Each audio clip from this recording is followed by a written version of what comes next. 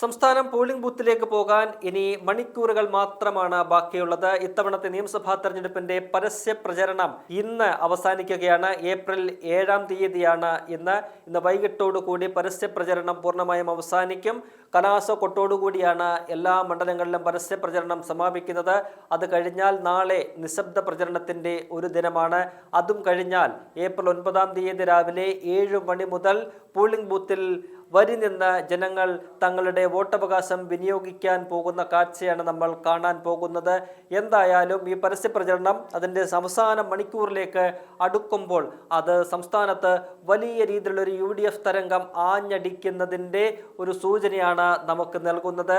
ഇടതുപക്ഷം അത്തരത്തിൽ വലിയൊരു UDF തരംഗമൊന്നുമില്ല, സർക്കാർ വിരുദ്ധ തരംഗമൊന്നുമില്ല എന്ന് പുറമെ പറയുന്നുണ്ടെങ്കിലും അവർ തങ്ങൾക്ക് നേരിടാൻ പോകുന്ന തിരിച്ചടി എത്രത്തോളം വലുതാണ് എന്നത് സ്വയം തിരിച്ചറിയുന്നുണ്ട് എന്നതാണ് നമുക്ക് അവരുടെ ശരീരഭാഷകളിൽ നിന്നും അവരുടെ മുഖഭാവങ്ങളിൽ നിന്നും പ്രതികരണങ്ങളിൽ നിന്നും ഒക്കെ തന്നെ മനസ്സിലാക്കാൻ കഴിയുന്നത്. വലിയ ഒരു തിരിച്ചടി രണ്ടാം പിണറായി സർക്കാരിന് ഉണ്ടാകാൻ പോകുന്നു എന്നതാണ് നമുക്ക് ഇതുവരെയുള്ള പരസ്യ പ്രചരണങ്ങളിൽ നിന്നും രാഷ്ട്രീയ സാഹചര്യങ്ങളിൽ നമുക്ക് മനസ്സിലാക്കാൻ കഴിയുന്നത്. വടക്കൻ മലബാറിലും മധ്യ കേരളത്തിലും ഒപ്പം തന്നെ തെക്കൻ കേരളത്തിലുമെല്ലാം ഒരേ രീതിയിൽ LDFന് ഇത്തവണ കനത്ത തിരിച്ചടി ഉണ്ടാകും എന്നതാണ് റിപ്പോർട്ടുകൾ എല്ലാം തന്നെ സൂചിപ്പിക്കുന്നത്. എന്തായാലും UDF ഈ പ്രചരണ രംഗത്ത് ബഹുദൂരം മുന്നിലേക്ക് പോയിരിക്കുകയാണ്. അവര് കഴിഞ്ഞ 10 വർഷത്തെ LDF സർക്കാരിൻ്റെ ജനവിരുദ്ധ നയങ്ങൾ, സർക്കാരിൻ്റെ അഴിമതികൾ എല്ലാം തന്നെ പൊതുജനങ്ങൾക്ക് സമക്ഷം വെച്ചുകൊണ്ട് തങ്ങൾക്ക് കേരളത്തിന് വേണ്ടി എന്താണ് ബദലായിട്ട് ചെയ്യാൻ കഴിയുക എന്ന ഒരു ബദൽ മാർഗരേഖ ജനങ്ങൾക്ക് മുന്നിൽ വെച്ചുകൊണ്ടാണ് ഈ തെരഞ്ഞെടുപ്പിനെ നേരിട്ടത്, ഈ തെരഞ്ഞെടുപ്പിൻ്റെ തന്ത്രങ്ങൾ രൂപീകരിച്ചത്. അങ്ങനെയാണ് ഏതാണ്ട് 1 മാസം നീണ്ടുനിന്ന പ്രതിപക്ഷ നേതാവ് VD സതീശൻ നയിച്ച പുതിയുഗ യാത്രയിൽ ഉൾപ്പെടെ UDFിൻ്റെ നേതാക്കളും UDFും പൊതുജനങ്ങളോട് സംവദിച്ചതും ആ രീതിയിൽ തന്നെയാണ്. എന്താണ് തങ്ങൾ അധികാരത്തിൽ വന്നാൽ നടപ്പിലാക്കാൻ പോകുന്നത്, എങ്ങനെയാണ് കേരളത്തെ രക്ഷിക്കാൻ പോകുന്നത്. കഴിഞ്ഞ 10 വർഷക്കാലത്തെ പിണറായി സർക്കാരിൻ്റെ ഭരണം കേരളത്തെ മുടിച്ചിരിക്കുകയാണ്. അതിൽ നിന്നും കേരളത്തെ എങ്ങനെയാണ് തങ്ങൾ കരകയറ്റാൻ പോകുന്നത് എന്ന് ജനങ്ങളോട് സംവദിച്ചുകൊണ്ടാണ് ഈ തെരഞ്ഞെടുപ്പിനെ UDF നേരിട്ടത് എന്നത് നമുക്ക് കാണാതിരിക്കാൻ കഴിയില്ല. മറുവശത്ത് LDFനെ സംബന്ധിച്ചവർക്ക് എന്താണ് പറയേണ്ടത് എന്ന് അറിയില്ല. കഴിഞ്ഞ 5 വർഷത്തിനിടയ്ക്ക് നടന്ന തെരഞ്ഞെടുപ്പുകളിലെല്ലാം തന്നെ വലിയ തിരിച്ചടിയാണ് അവർക്കുണ്ടായത്. നിയമസഭാ ഉപതെരഞ്ഞെടുപ്പുകളാകട്ടെ, തദ്ദേശ ഉപതെരഞ്ഞെടുപ്പുകളാകട്ടെ, ലോക്സഭാ തെരഞ്ഞെടുപ്പാകട്ടെ, ഒപ്പം തന്നെ ഏറ്റവും അവസാനം നടന്ന തദ്ദേശ തെരഞ്ഞെടുപ്പാകട്ടെ, അതിലെല്ലാം തന്നെ കനത്ത തിരിച്ചടിയാണ് LDFന് ഉണ്ടായത്. കഴിഞ്ഞ 2025 ഡിസംബർ മാസം നടന്ന തദ്ദേശ തെരഞ്ഞെടുപ്പിൻ്റെ ഫലം അത് വരാൻ പോകുന്ന നിയമസഭാ തെരഞ്ഞെടുപ്പിൻ്റെ ഒരു സൂചകമാണ്. അതിൽ വലിയ രീതിയിലുള്ള ഒരു ജനവിരുദ്ധ തരംഗം, സർക്കാർ വിരുദ്ധ തരംഗം ജനങ്ങൾക്കിടയിലുണ്ട് എന്ന് വ്യക്തമാക്കുന്ന ഒരു ഫലമാണ് നമുക്ക് മുന്നിൽ കണ്ടത്. LDFിൻ്റെ കാലാകാലങ്ങളായിട്ട് അവർ കോട്ടകളായി കാത്തുസൂക്ഷിച്ചിരുന്ന പല ജില്ലകളും അവർക്ക് നഷ്ടപ്പെടുന്ന ഒരു സാഹചര്യം നമുക്ക് കാണാൻ കഴിഞ്ഞു.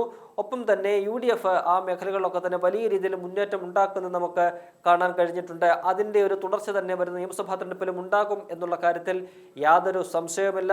രണ്ടാം പിണറായി സർക്കാരിൻ്റെ പിണറായി മന്ത്രിസഭയിലെ ഏതാണ്ട് ബഹുഭൂരിപക്ഷം മന്ത്രിമാരും വരുന്ന നിയമസഭാ തെരഞ്ഞെടുപ്പിൽ തോൽക്കും എന്ന റിപ്പോർട്ടുകളാണ് പുറത്തു വരുന്നത്. പ്രമുഖരായിട്ടുള്ള എല്ലാ മന്ത്രിമാരും ഏതാണ്ട് 1 ഡസനിലധികം മന്ത്രിമാർ വരുന്ന നിയമസഭാ തെരഞ്ഞെടുപ്പിൽ തോൽവിയെ അഭിമുഖീകരിക്കുന്നു എന്നതാണ് നമുക്ക് മനസ്സിലാക്കാൻ കഴിയുന്നത്. അവിടെയൊക്കെ തന്നെ UDF ശക്തമായ മുന്നേറ്റവുമായിട്ട് മുന്നോട്ട് പോവുകയാണ്. UDFിൻ്റെ ഇത്തവണത്തെ സ്ഥാനാർത്ഥി നിർണയം അത് മത സാമുദായിക സമവാക്യങ്ങളെല്ലാം തന്നെ അംഗീകരിച്ചുകൊണ്ടാണ്. എല്ലാ സാമുദായിക സമവാക്യങ്ങളും ഒത്തുചേർന്ന ഒരു സ്ഥാനാർത്ഥി നിർണയമായിരുന്നു UDFിൻ്റെ. ഒപ്പം തന്നെ യുവാക്കൾക്കും പുതുമുഖങ്ങൾക്കും വനിതകൾക്കുമെല്ലാം മതിയായ പ്രാതിനിധ്യം നൽകിക്കൊണ്ട് വിജയസാധ്യത മാത്രം മാനദണ്ഡമാക്കി ഒറ്റക്കെട്ടായിട്ട് യാതൊരു പടലപ്പിണക്കങ്ങളുമില്ലാതെ പ്രശ്നങ്ങളൊന്നുമില്ലാതെ ടീം UDF ആയിട്ടാണ് UDF ഈ തെരഞ്ഞെടുപ്പിനെ നേരിടുന്നത്. അതിന് മുന്നിൽ നയിക്കാൻ കോൺഗ്രസ് പാർട്ടിയും ഉണ്ടായിരുന്നു. കോൺഗ്രസിൽ പതിവിൽ കവിഞ്ഞുള്ള ഒരു ഐക്യം നമുക്ക് കാണാൻ കഴിഞ്ഞിട്ടുണ്ട്. അപ്പോൾ ഒറ്റക്കെട്ടായിട്ട് എല്ലാ പടലപ്പിണക്കങ്ങളും എല്ലാ പ്രശ്നങ്ങളും മാറ്റിവെച്ചുകൊണ്ട് ഒരേ ഒരു ലക്ഷ്യത്തോടു കൂടിയാണ് UDF ഈ തെരഞ്ഞെടുപ്പിൽ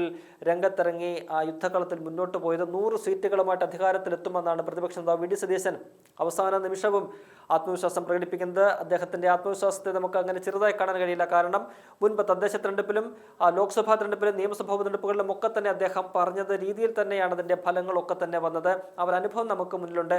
അതുകൊണ്ട് VD സതീശൻ്റെ ആ ഒരു ആത്മവിശ്വാസം അത് UDFന് കൂടുതൽ ഉണർവ് പകരുന്ന ഒരു കാര്യമാണ്. വരുന്ന മണിക്കൂറുകളിൽ ഉണ്ടാകുന്ന അടിയൊഴുക്കുകൾ കൂടിയാകുമ്പോൾ വരുന്ന തെരഞ്ഞെടുപ്പിൽ മെയ് 4-ന് ഫലം വരുമ്പോൾ അത്യുജ്വല വിജയത്തോടു കൂടി UDF അധികാരത്തിലേക്ക് കയറും എന്നുള്ള കാര്യത്തിൽ യാതൊരു സംശയവുമില്ല. BJP ഒരു വശത്ത് എന്തെങ്കിലുമൊക്കെ നേട്ടങ്ങൾ ഉണ്ടാക്കാനായിട്ട് അവസാന മണിക്കൂറുകളിൽ ഇന്നലെ മുതൽ അങ്ങേയറ്റം വർഗീയമായിട്ടുള്ള പരാമർശങ്ങളും വിദ്വേഷ പ്രസംഗങ്ങളും പ്രചരണ രംഗത്ത് അഴിച്ചു വിട്ടുകൊണ്ട് അവർ മുന്നേറാൻ ശ്രമിക്കുകയാണ്. പക്ഷേ മതേതര കേരളത്തിൽ അതിനൊന്നും യാതൊരു സ്ഥാനവുമില്ല, അതൊന്നും വിലപ്പോകില്ല എന്ന് മെയ് 4 റിസൾട്ട് വരുമ്പോൾ BJP-കാർക്കും മനസ്സിലാകും. കേരളത്തിൽ കഴിഞ്ഞ 2021 പോലെ തന്നെ ഒരു സീറ്റ് പോലും ജയിക്കാൻ കഴിയാതെ സംപൂജ്യരായിട്ട് തന്നെ BJP-ക്ക് തുടരേണ്ടി വരും എന്ന കാര്യത്തിൽ യാതൊരു സംശയവുമില്ല. പിണറായി സർക്കാരിന് LDF-ന് കനത്ത തിരിച്ചടി വരുന്ന നിയമസഭാ തെരഞ്ഞെടുപ്പിലുണ്ടാകും. അത്യുജ്വല വിജയത്തോടുകൂടി 10 വർഷത്തെ ഇടവേളയ്ക്ക് ശേഷം UDF അധികാരത്തിലേറാൻ പോകുന്ന ഒരു തെരഞ്ഞെടുപ്പാണ് ഈ മാസം 9 നടക്കാൻ പോകുന്നത്.